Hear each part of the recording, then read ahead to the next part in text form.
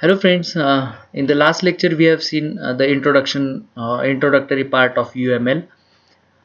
या lecture मध्ये आपण conceptual model of UML बघणार आहोत. मित्र हो, conceptual model UML चं जे आहे त्याचे काही बेसिक त्याच्यामधल्या तीन गोष्टी मी तुम्हाला याच्या अगोदर सांगितल्यात लास्ट लेक्चर मध्ये.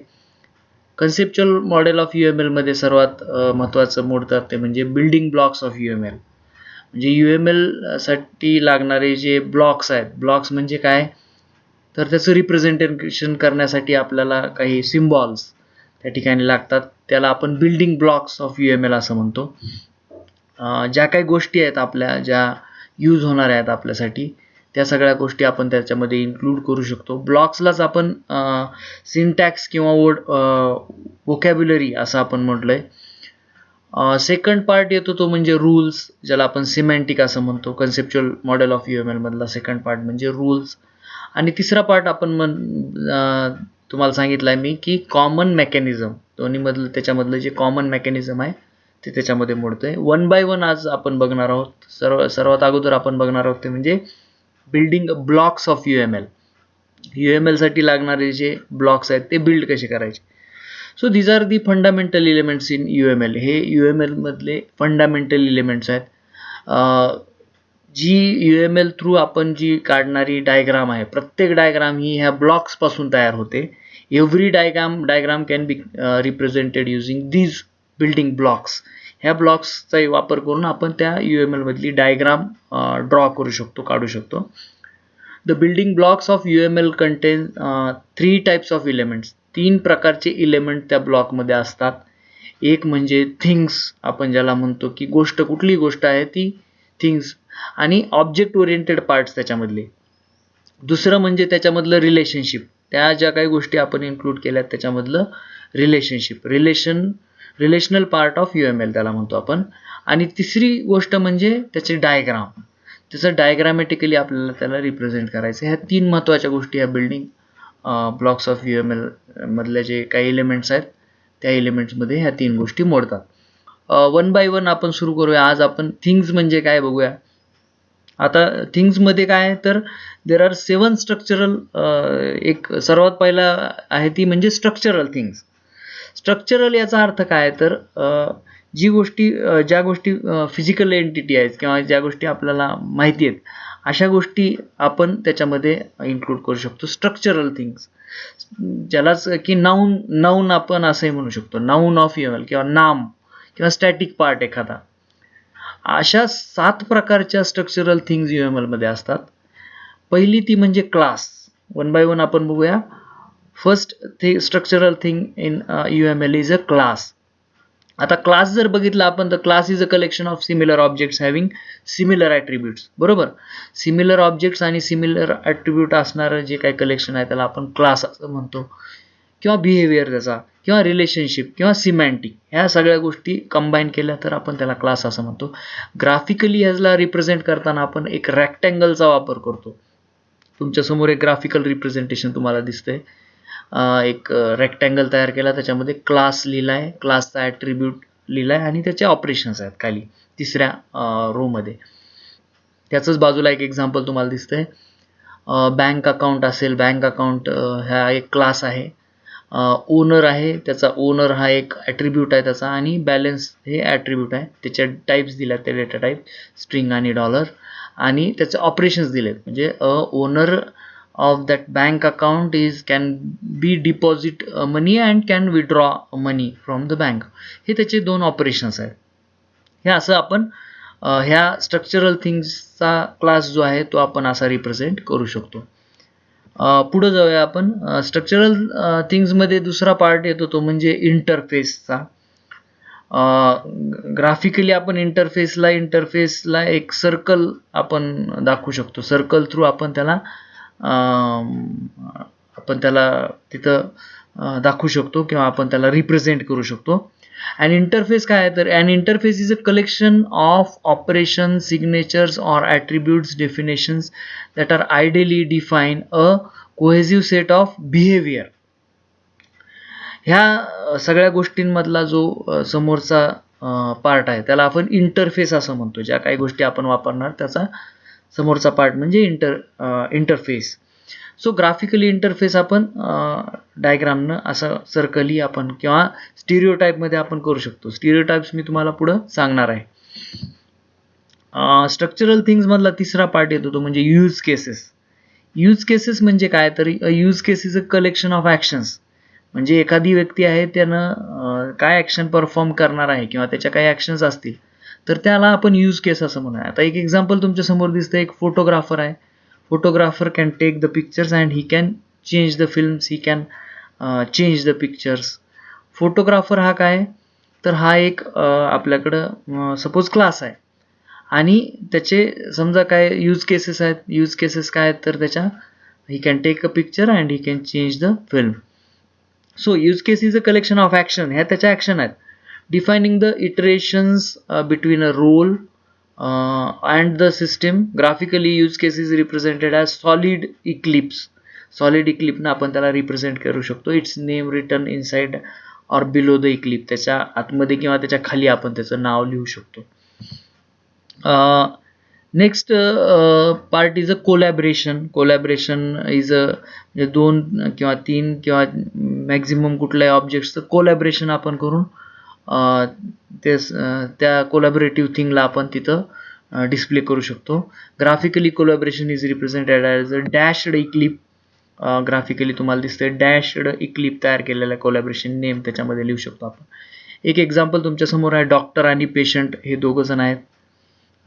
डॉक्टर आणि पेशंटचे काही रोल्स पण आहेत त्यांचे आणि त्या दोघांचं कोलॅबरेशन एक तयार झालं आहे. त्या कोलॅबरेशनला व्हिजिट असं नाव दिलं आहे आणि तो एक इक्लिप्स तुमच्यासमोर दिसतो तो म्हणजे कोलॅबरेशन इक्लिप्स.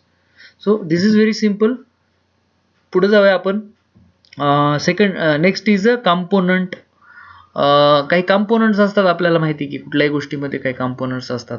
त्या कॉम्पोनंट्सला पण आपल्याला रिप्रेझेंट करता येतं. Component is a physical and replaceable part असला पाहिजे तो ऑफ अ सिस्टीम.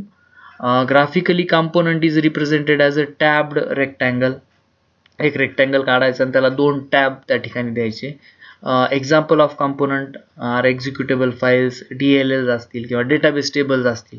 डेटाबेसमधले टेबल्स किंवा फाईल्स असतील किंवा डॉक्युमेंट्स असतील ते आपण असे रिप्रेझेंट करू शकतो. एक रेक्टँगल काढायचा आणि त्याला 2 टॅब त्या ठिकाणी द्यायचे.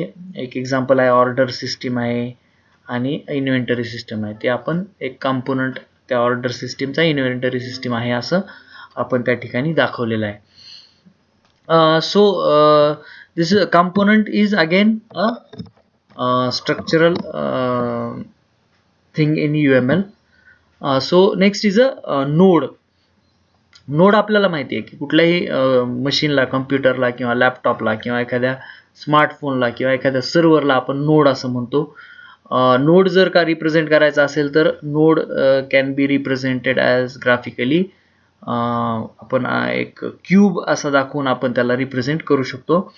So this is a node. Active class is again like same class. Class सारखाच ॲक्टिव्ह क्लास आहे, फक्त क्लास आणि ॲक्टिव्ह क्लासमध्ये डिफरन्स काय, तर class is a static thing and whereas active class is a active part.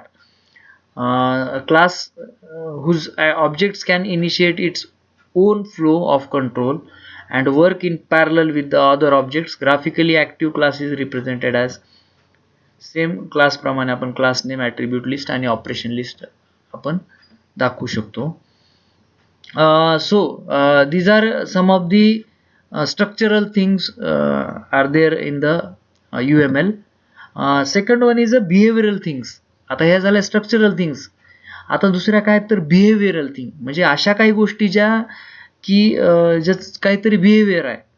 आता for example आपल्यासमोर एक दिसतं बघा की एक सपोज एक कॉलिंग सिस्टीम आहे. समजा फोन आहे माझ्यासमोर आणि I am picking up the phone, I am dialing the number, then number has been dialed, then the ring तिकडं माझ्या त्या एंडला रिंग गेली. रिंग गेल्यानंतर तिकडं फोन उचललाय. फोन उचलल्यानंतर आमच्यामध्ये कम्युनिकेशन झालंय आणि कम्युनिकेशन झाल्यानंतर मी हँगअप केलाय फोन, ठेवून दिलाय फोन. तर हे जे काही ही जी काही गोष्ट होती ती त्याला आपण बिहेवियरल थिंग असं म्हणतो. आता हा एक इंटरॅक्शनचा पार्ट आहे. A behaviour made up of a set of messages exchanged among a set of objects to perform a particular task. आता ह्या गोष्टी आपण अशा रिप्रेझेंट करू शकतोय.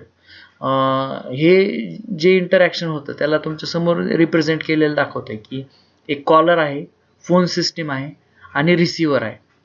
आणि खाली पिकअप झाला आहे, मग डायल झाला आहे, मग नंबर डायल केला आहे, मग रिंग झालं आहे, मग त्यांच्यात कन्व्हर्सेशन झालं आहे आणि हँगअप झाला. हे असं ग्राफिकली आपण त्या ठिकाणी बिहेवियरल थिंग रिप्रेझेंट केलेली आहे. त्यालाच वर्ब्स ऑफ UML आपण असंही म्हणू शकतो किंवा डायनामिक पार्ट असंही आपण त्याला म्हणू शकतो.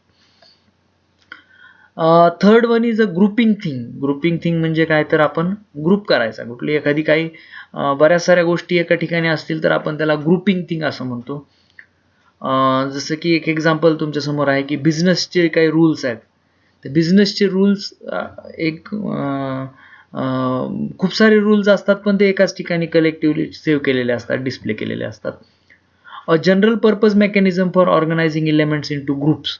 Graphically package is represented as a tabbed folder. Tabbed folder जसं दाखवलं आहे आपण मगाशी बघितलं त्या अकॉर्डिंगली टॅब्ड फोल्डर त्या ठिकाणी दाखवलेला आहे.